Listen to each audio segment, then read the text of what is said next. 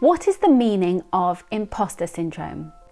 Hi, I'm Lucy Griffiths, and I'm going to share that niggling little voice in your head that makes you feel like, oh, you're not good enough, you're not meant to be here, what are you doing? You know that voice. I have that voice. You probably have that voice too. I'm going to share tips to how to minimize that voice and gently put it to one side. So imposter syndrome, it is essentially something inside you, a voice that tells you you're not worthy of being in the room and you don't match up to other people's qualifications or experience or expertise. And it makes you feel like you should play small, and rather than showing yourself, putting yourself out there, speaking up, you want to play small and hide.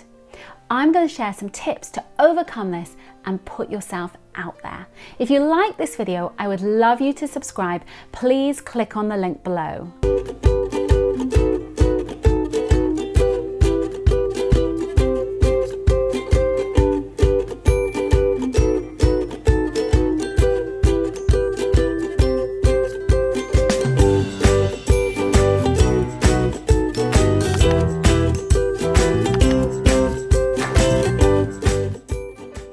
So we're talking the imposter syndrome, and we all have a niggling voice inside us. Whether it's men or women, everybody has a voice that says they're not good enough and they're not worthy. So how do you get rid of this inner critic? So start by journaling and becoming aware of your inner critic, that voice inside you. So really get into you and your headspace and becoming conscious of when you are having that voice inside you. Because very often we've heard the voice for so many years that we don't even recognize it anymore. We barely hear it. It's just on a loop telling us that we're not good enough. So start becoming aware of this voice. And when you're aware of it, start making notes and thinking, okay, it comes up at this point and this is what it says. So you kind of recognize it.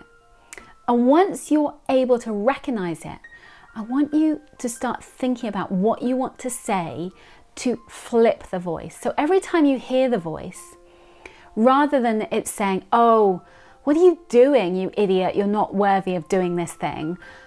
Instead of that, flip it so you can say, how can I be the best version of myself today? How can I show up and be the amazing person that I know I am meant to be? And once you have that at the key at the heart of you, that is what matters. And so really focus on that and getting to know you in that sense, that it's essentially you want to go to the heart of the inside of you, your core, where you feel most vulnerable. That inner critic, your voice that is inside you that tells you you're not good enough, not worthy enough, that makes you feel like you're an imposter, a fraud. That voice, it's really hard to detect that voice because we've had so many years of not really hearing that voice. So what I want you to do is start journaling and being aware of that voice within you. And every time you recognize and become conscious of your voice, your inner critic, the imposter that you have living within you that tells you, what are you doing? You shouldn't be here. When you become conscious of that voice, just gently say, you know what, it's okay, because they're trying to look after you and keep you small and safe. So you just say, it's okay, don't worry, I'm going to do this thing, I'm going to put you to one side, but it's going to be okay and I've heard you. And so if you do that, then you quieten your voice rather than it being this niggly, almost toddler that's saying, stay safe, stay safe, stay safe. You want to push it to one side, but very gently. So once you've got rid of that voice, you need to fill the void. So you want to fill the void with something that's positive, something that is, a really unique voice to you. And so the way that you can do that is by working out what messages are your kind of triggers and what you can flip the switch with. So something that will make you feel so much better. So it might be that you say, oh, I shouldn't be here. I shouldn't be an expert. I'm not good enough to be in a magazine, or I'm not good enough and worthy enough to be on the cover of a magazine, or I'm not good enough to be writing a course or doing a Facebook Live, whatever it may be that's your trigger. So instead, flip it and then say, you know what? I am worthy. I can do this. And start your mantra of what works for you and creating a mantra so that you can get in touch with that person that you are meant to be.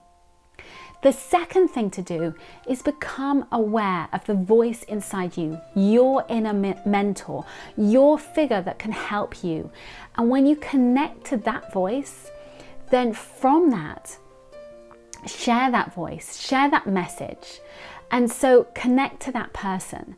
And when you connect to them and really tell that story, that can really help you. So connect to the person you want to be and think about who that person is. How would they show up in 20 years' time?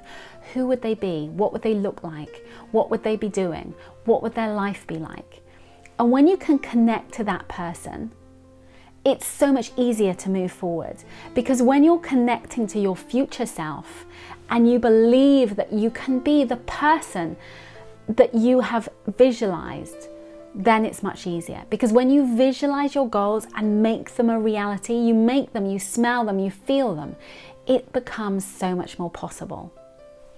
I cannot wait to know what you accomplish, and I know you are going to get there.